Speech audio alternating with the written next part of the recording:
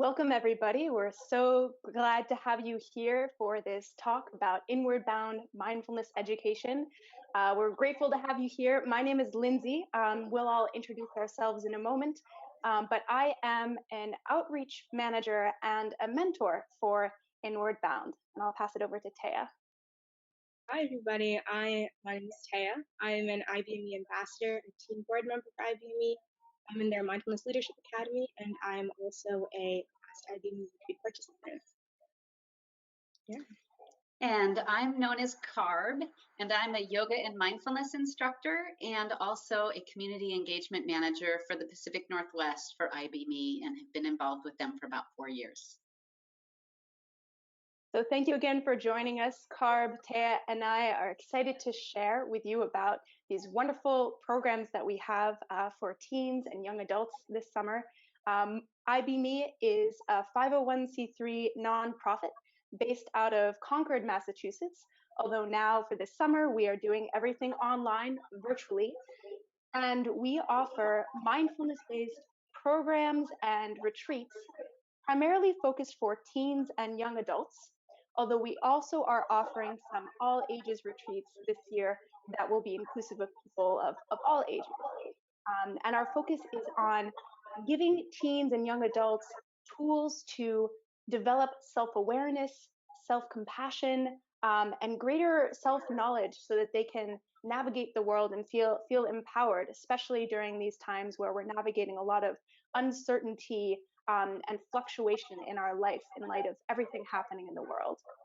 So we are thrilled to share with you about our experiences with iBme and answer your questions. So you have a sense of the flow of today's webinar. We're going to start out in a moment with a quick video, followed by some time during which Carb, Taya, and I are going to be doing a panel discussion talking about Inward Bound and our programs this summer, followed by a brief overview of what our programs and offerings are for this summer. So without further ado, we'll show a brief video, which is sharing some of the voices of teens and young adults who have participated in iBme's programs.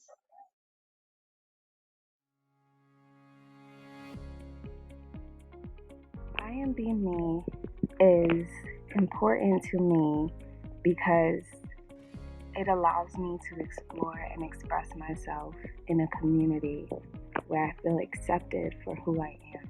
It gave me the skills I needed to help me improve my relationships and deal with complex issues that come up every day in life. It was the first place on earth where I was ever able to learn how to be comfortable in my own skin. Every single time I've picked apart a new experience, it's molded me into something different. It's cool. It taught me to compassionately guide myself through different transitions in my life. If I were to describe iBme in 3 words, it would be helpful, healthy, and relaxing. Stillness, wisdom, and patience. Tremendously serene experience and a really welcoming space. Authentic human connection. And the fourth one is meditation. iBme is so important to me because of all of the people that I have met. I've met people and had experiences that I'll remember for the rest of my life. It showed me that even if you weren't raised in a place where you were accepted, you could always find a community, even in complete strangers. It made me a happier person. It put my life in context. And I just saw the world from a different perspective. I can honestly say it helped cure my depression. It helped me find self-love, and it gave me the tools to be an authentic person who can see other people for who they are.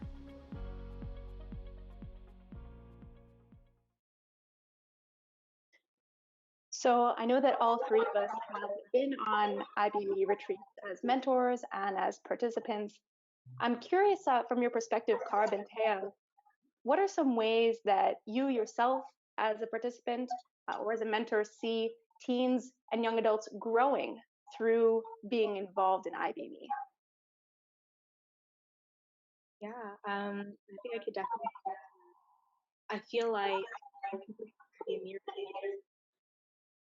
it's kind of like people get a chance to blossom. So whether you start out shy or nervous or just, I guess, worried about what other people are going to think or how you present, it becomes really, really easy over these just few couple of days to be welcoming to others and to feel welcomed by others, and then to show yourself and your personality, all the things that make you you. So what makes the community so beautiful, because everyone's just so open and ready and accepting to themselves and to others.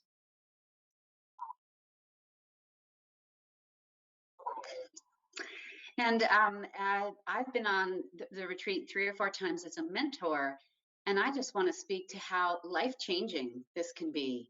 I've seen teens that come on retreat, they're nervous, maybe not sure they want to be there, not feeling really comfortable, and then just the way the week flows, the way the organization is done, and the teachers are so skilled at helping people bring out what is they want to talk about, and by the end of the week, it's like everybody leaves as best friends.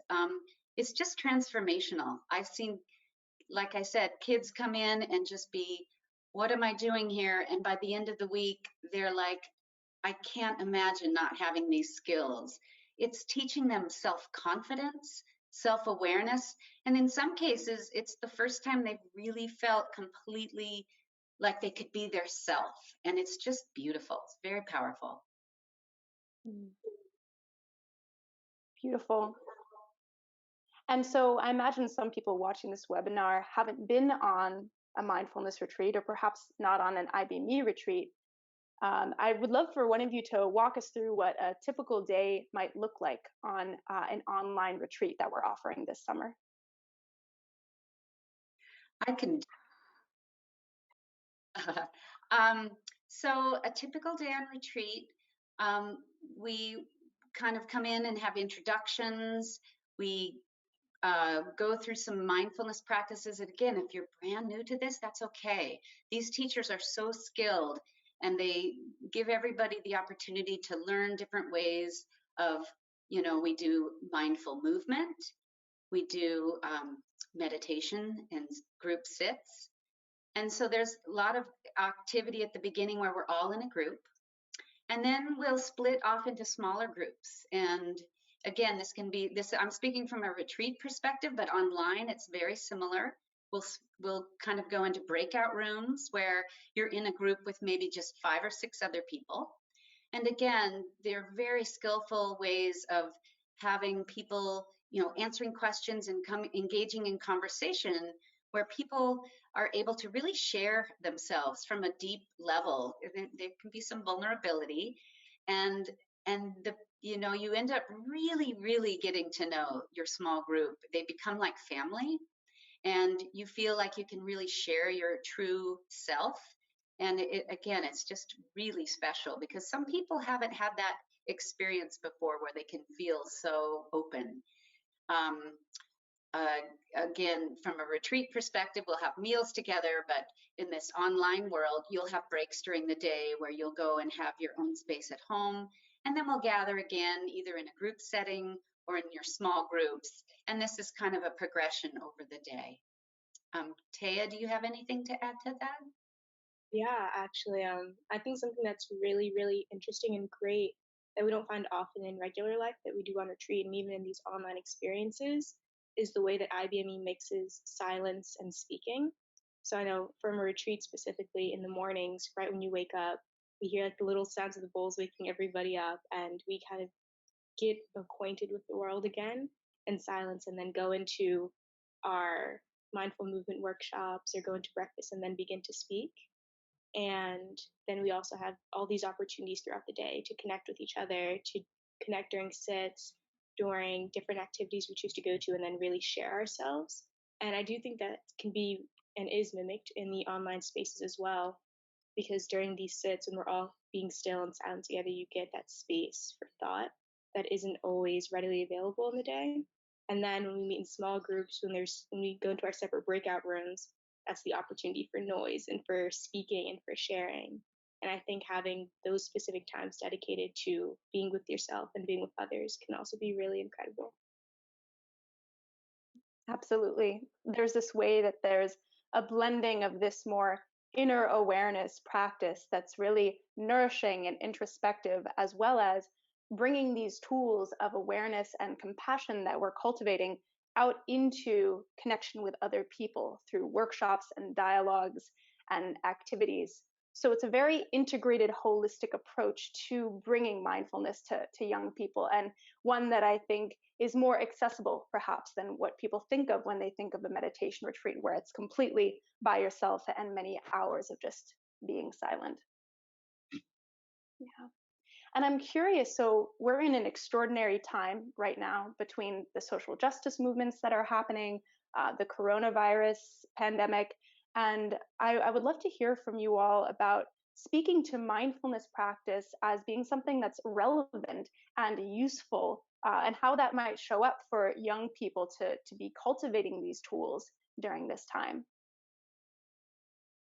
Yeah, I know for me personally, that was a question I asked myself. You know, as this is my first year in college and moving out from the dorms and going back home and really examining where I want to be in the world, how I want to navigate, what I want to see in the future, what I am in the past, I had the question too, where does mindfulness fit in for me? And through my own introspection, what I've found is that mindfulness feels like the groundwater, and everything that I want to be is growing up from it. So giving myself space to be silent and to be with me is what allows me to then go out into the world, go out into my relationships, and show up and be the person I want to be there. And even further, going out and sharing that joy and excitement with other people, whether it's through organizing or joining more activities or educating myself, it allows me to have that energy.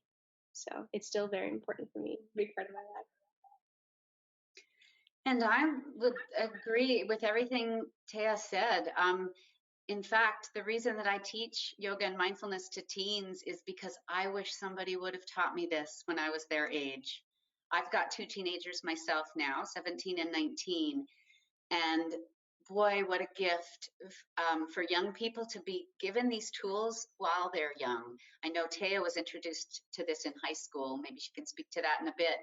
But I could not, I feel like the skills that I have are helping me through these really challenging times.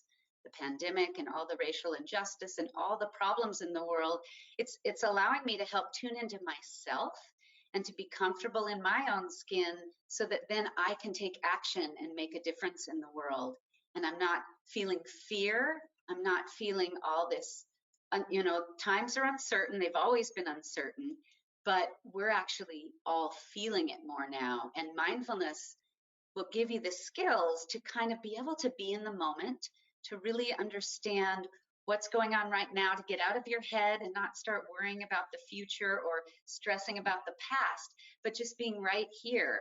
And it just makes the world of difference. And I can't think of a more important time to learn these skills. And this is a golden opportunity to be able to do a virtual retreat and gain these skills right when we're in the middle of this uncertainty. So I highly recommend taking one of these. I'm in. Let's do it. Sounds great. Yeah. I also imagine that some people who are on this webinar haven't necessarily come to an iBme retreat, and that I know that for some people there's resistance, or they wonder, is this really for me? How is this going to be? And I'm curious if both of you could speak some to some of the hesitations that people might have about coming on a retreat, and perhaps an online retreat in particular, and speaking to that from your experience. Sure. I guess I can go first. I would say, yes, there can be fear of uncertainty about, wow, I don't know if I want to do something like this. But in fact, that's the reason that you should be, because facing that kind of scaredness and then doing it anyway and finding out the benefit. I don't know if you picked it up in the video, but a lot of kids do come on retreat for the first time, really not necessarily wanting to be there. Maybe it was recommended by a counselor or a family member, and they don't really feel comfortable. But once they get there and they end up realizing that all these other people that are there are just like them and share the same fears, share the same, anxieties, and then you start really feeling accepted and feeling comfortable. So I would say if you do have hesitation, maybe just really listening to the testimonials of the kids that have been on retreat and talking about how life-changing it's been. I remember a story on a retreat I was at a few years ago where at the very end of the retreat, we have a closing circle. I'm certain it's very similar on a virtual retreat. And one boy had mentioned how thankful he was to another fellow teen about being so welcoming to him when he started the retreat, because he was so anxious and nervous and didn't want to be there. And another person said, hey, I was there before too, and I would be happy to kind of be your buddy or help you along. And it just made the world of difference. And then the other positive thing about our retreats is so many people return again and again. It's not like you do this once and then you're done. It's like you want to go back. And I bet you Taya can speak to that. I definitely can. I was just about to say to anybody who feels any hesitation that the people who come to these retreats, like, they want to be here, they opt in. Especially I can say that as a returner, we choose to make the atmosphere where we want it to be, online or in person.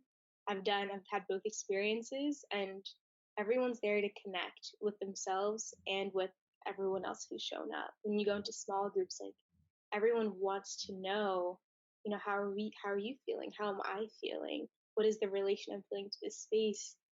How did this last sit feel? Like, there's so many people who are interested in you and what you're going to bring, and there's some people you're going to be interested in as well. And so if there's any more like, ooh, I'm not sure, like, I would say try it. Especially on this online format, you can stay wherever you have a laptop and see how it goes. And then once you have that experience, I don't think it's going to be a question again of whether you want to try it. I think it's going to be like, oh, that was so great. When's the next one? Right? That's how. And another thing just to throw in there is there's some benefits to doing this virtually.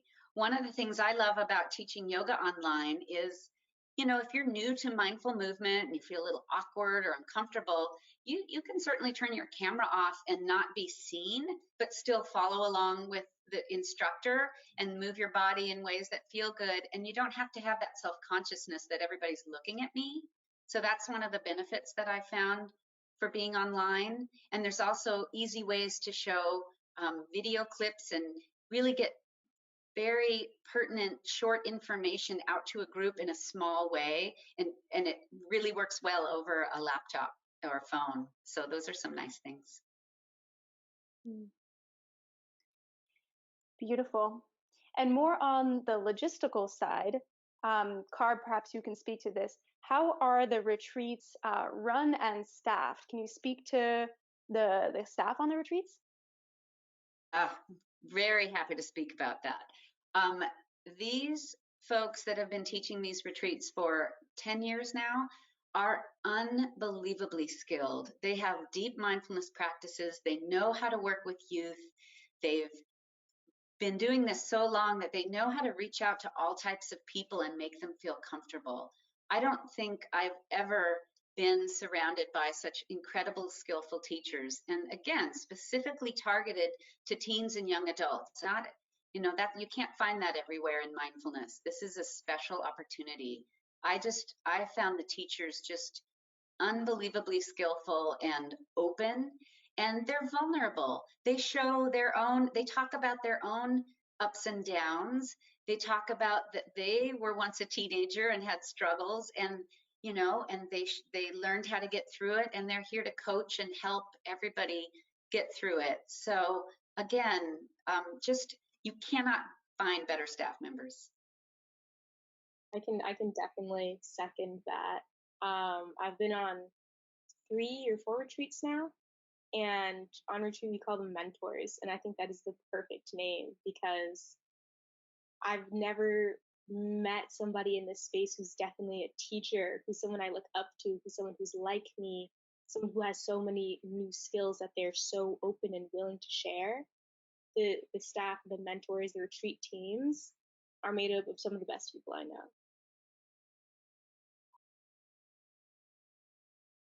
Wonderful.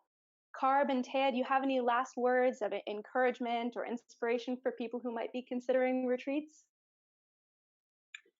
Well, I'm just going to say go for it. If you're on this webinar, you must have some interest in this, and that is enough to show you that you should try it out. It's very low risk. It's an amazing experience, and you'll be so happy you did. And again, as Lindsay mentioned, I'm totally available to talk to people. If parents want to give me a call, I'm happy to share, one-on-one with people, and there's other people like me around the country that can also answer questions, but I just put it out there. Feel free to get in touch. I definitely want to echo that. I know that for me, iBme has seen me since I was 15. So it's seen me throughout the years, and every time I go on retreat, every time I join a new course, every time I involve myself, I always, always, always am so grateful for it. So yeah, if you ever want to contact me, want to hear more about the participant experience, I guess, I'm always happy to share. Well, thank you so much for joining us.